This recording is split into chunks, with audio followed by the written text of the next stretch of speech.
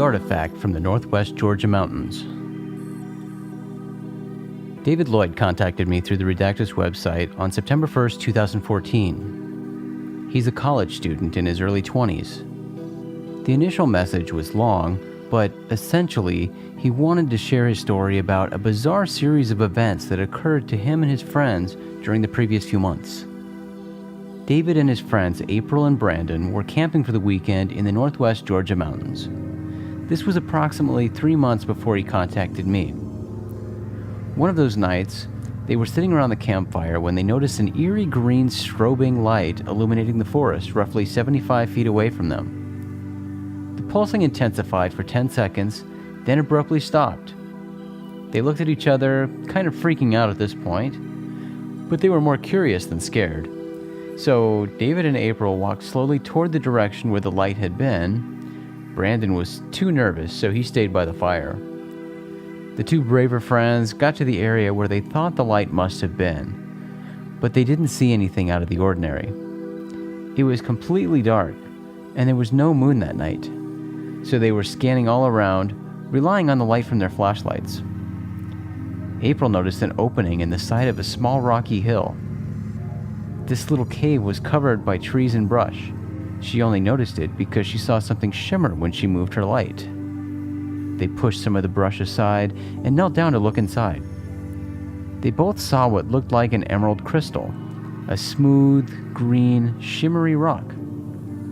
Before David could stop her, April reached in and grabbed it. They both thought it was going to light up or something, but nothing happened. They examined it with their flashlights and saw that it was completely smooth on one side, but the other side had engraved symbols like hieroglyphics. April threw it into her backpack and they returned to camp. The following night, the three friends were sitting around the campfire again, and probably around the same time as the previous night, they saw that eerie green strobing. But this time, it was coming from April's backpack. The artifact continued its strange glowing every night at the same time. David sent a letter to the archaeology department at West Macon University, thinking someone there might be able to identify or explain the object. He received a reply a week later requesting that he mail the artifact to the university so they could examine it and conduct testing. Daniel and his friends were thrilled that the university was interested, and they were happy to know that they might find out what this weird glowing stone was.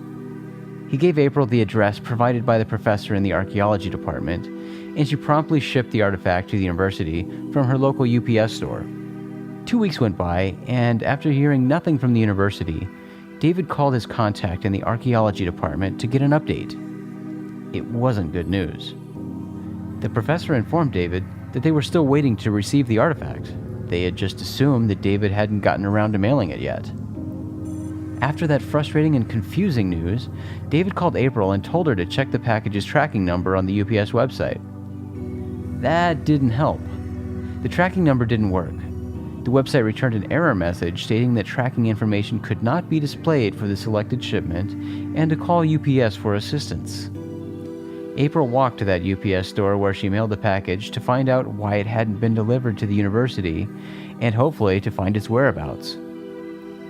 The teenage associate behind the counter looked at April's receipt and punched the tracking number into the computer.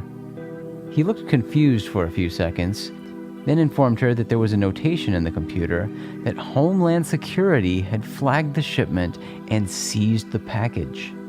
As soon as she was outside the UPS store, April got both David and Brandon on a video call to tell them about the seizure of their package by the feds. Naturally, they were pretty weirded out by that, and a little nervous too. But interestingly, Brandon, the guy who was too afraid to go with David and April to investigate the strobing green light in the woods, felt pissed off, and he wanted to confront the feds and reclaim the artifact. He told April and David that he was going to stop by the local Homeland Security office and demand an explanation. David and April tried to talk him out of it, but Brandon was adamant. That was the last time they saw Brandon. Nobody knows what happened, but Brandon hasn't been seen or heard from in more than 2 years. Around the same time that Brandon went missing, maybe a little before that, April developed a burn or rash on both of her hands. It got progressively worse, and she also started experiencing health issues, lots of nausea and vomiting. The doctors concluded that her condition was likely due to radiation exposure. She died 2 weeks later. Brandon contacted me because he wanted Redactus to tell his story, but he also wanted to know if we had ever heard of anything like the smooth green rock-like object with symbols on one side, like the artifact he and his friends found in the woods. He was also hopeful that we might be able to track down the artifact and facilitate the testing he, April, and Brandon attempted to have done to figure out what the hell it was. His story did sound pretty crazy, especially with the conspiratorial aspects. But I did some basic investigating, and I was able to confirm that Brandon did mysteriously go missing.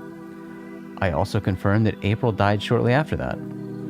Of course, the associates at the UPS store had no useful information. I did actually get a response from a spokesperson at Homeland Security, but that response simply stated that they had no record of a seized package from the person, place, or time in question. So, unfortunately, that's where the story of the artifact in the Northwest Georgia mountains ends.